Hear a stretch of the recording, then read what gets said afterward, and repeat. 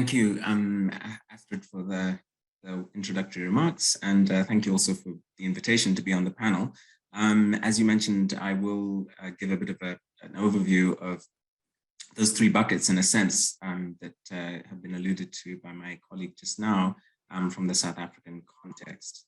And just to start by giving you some background, South Africa's ongoing urbanization clearly is of critical national importance. And the 2012 National Development Plan recognizes that by 2030, about 70% of South Africans will live in urban areas. These people will need adequate infrastructure and services, and as will firms and entrepreneurs in urban areas.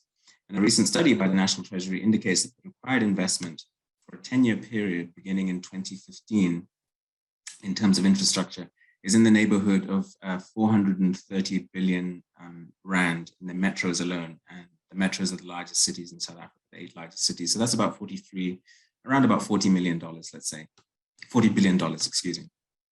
At the beginning of the democratic era in South Africa in 1994, the initial imperative of urban investment was to extend services to those who had been previously underserved or not served at all. As we know, the apartheid system was a racially segregated system. It was a highly unequal system of local government in which urban municipalities functioned as subservients of the national bureaucracy, and they only served white residents and white goals and aims within society. And since then, since 1994, the system has been completely transformed into a rights-based developmental and participatory system of autonomous local government. Through the 1996 Constitution, through the White Paper on Local Government, which laid out this vision for developmental local government in 1998, and also a range of legislative and policy instruments. So the autonomy of local government, and I think having heard those remarks about decentralization, I mean, South Africa has very much devolved.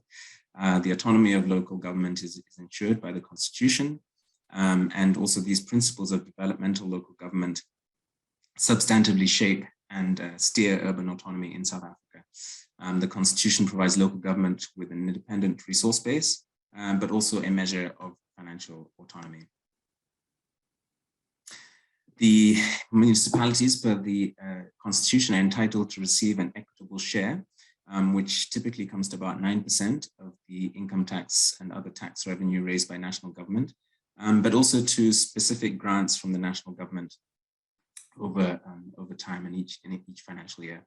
But municipalities may also raise further revenue through imposing service charges, property rates, and other surcharges, taxes, levies, and duties.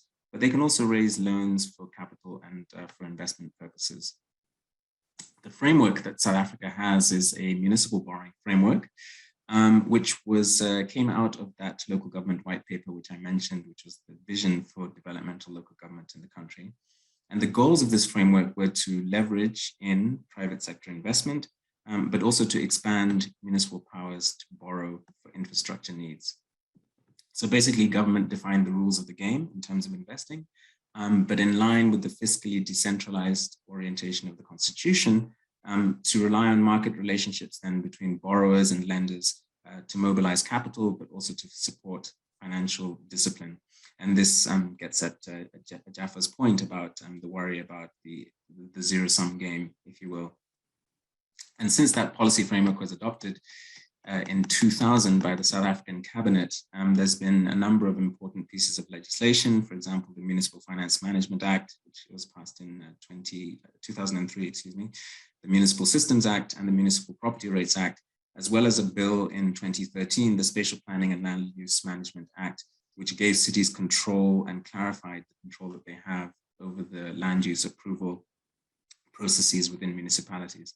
And so the net effect of all these changes is that municipalities now have control over the financial and the planning tools to shape the built environment. And why this is so important, because another important element of apartheid was it was basically spatial development on very racialized spatial patterns. So the primary goal of urban policy since 1994 has been to transform that spatial transformation, as we call it in policy circles here.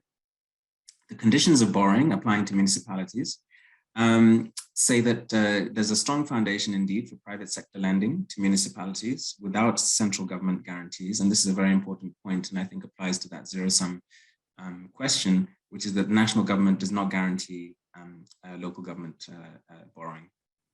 Lenders are accountable for investigating the financial capacity of borrowers and also for making wise lending decisions, while municipalities are responsible for managing their finances and including sustainable levels of debt.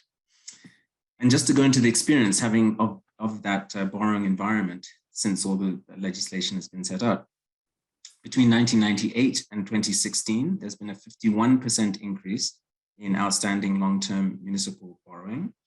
However, most of that borrowing has in fact been done by the metros. This is the 8 largest cities in South Africa. 90% of aggregate municipal borrowing has been by the metros. And just to give you some context, the 8 largest cities, but in all there are 280 other municipalities in South Africa of varying sizes. Since then, there's been more than 150 billion rands in new infrastructure, which has been financed and borrowed since the policy framework was adopted. There's also been significant growth in nominal terms in municipal borrowing for infrastructure, but in constant rand terms, the net growth has been a bit more modest. Importantly, there's been no reported instances of municipal overborrowing, and also no financial crises caused by excessive levels of municipal debt. Looking though at the metros, which as I mentioned before is the vast majority of where borrowing has taken place, the initial goals of the borrowing framework, which was that private sector borrowing should dominate or should predominate, has not in fact manifest. So in fact, about 1/2 of municipal borrowing is actually financed through national transfers, number one, and only about 1/4 is financed with their own current revenues. And we need to understand that, the reasons for that a little bit more. We also see that public sector lending to municipalities has actually grown faster than private sector lending over the period.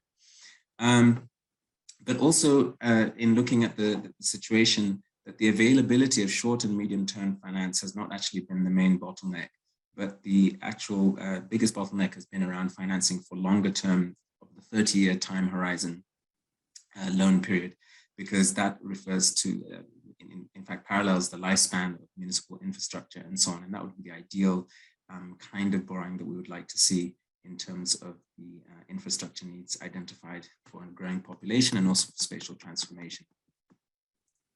So what we do find, though, is that when compared to the useful lives of assets, there is a skew, therefore, in the borrowing picture. But also, we believe that with strategically increasing investment levels and with a view to unlocking structural economic constraints, cities can, in fact, drive urban growth.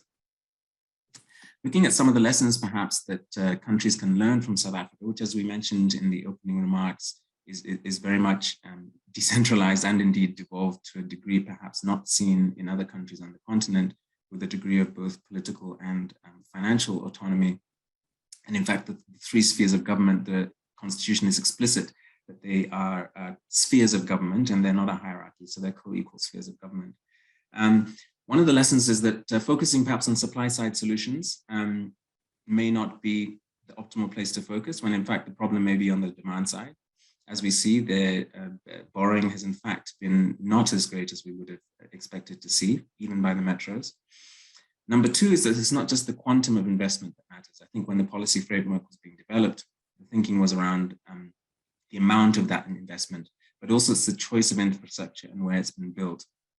So what we have seen is in fact that in some cases and in some cities which have in fact borrowed, some of that borrowing was towards infrastructure that did not perhaps meet some of the longer term goals that were initially envisaged. Another lesson is to avoid easy money, for local government through the guarantees. And so South Africa has avoided this by not guaranteeing municipal borrowing. Municipalities are on their own when it comes to this, but also to avoid crowding out the private sector. And the South African example of the metros, where in fact the growth has been greater in public sector financing than private sector financing. And really to conclude on the lessons is to say, there are in fact some limits to a financial approach to the municipal infrastructure challenge. The first being that finance is a necessary precondition for success, but it's not enough to merely secure the funding. And the second being that cities really need to identify their needs, select and prioritize appropriately. And this goes to the capacity questions that my colleague was mentioning earlier around designing projects well, procuring engineering and construction services efficiently, but also then operating and maintaining infrastructure sustainability. So a large part of the capital cost with infrastructure, of course, is maintenance and not just building it in the first place. Moving on then to some of the constraints and thinking about the agenda moving forward in the case of South Africa, is to go back to the initial remarks I made, which is that government strategy for local infrastructure finance was to enable municipalities to borrow private sector capital to support local infrastructure investment. And to accomplish this, cities would need to engage in long-term borrowing from capital markets. And the idea was that this engagement with at-risk investors would lead them to be more financially disciplined and to run tight ships, if you will. Long-term borrowing keyed to the useful life of assets would shift some of the costs of infrastructure to future beneficiaries and so thus benefit the country.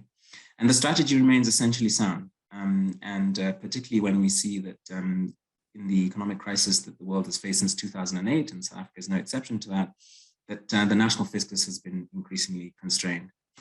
However, it's important to note that although finance is an important tool, increasing the level of expenditure is not always the correct or the complete solution.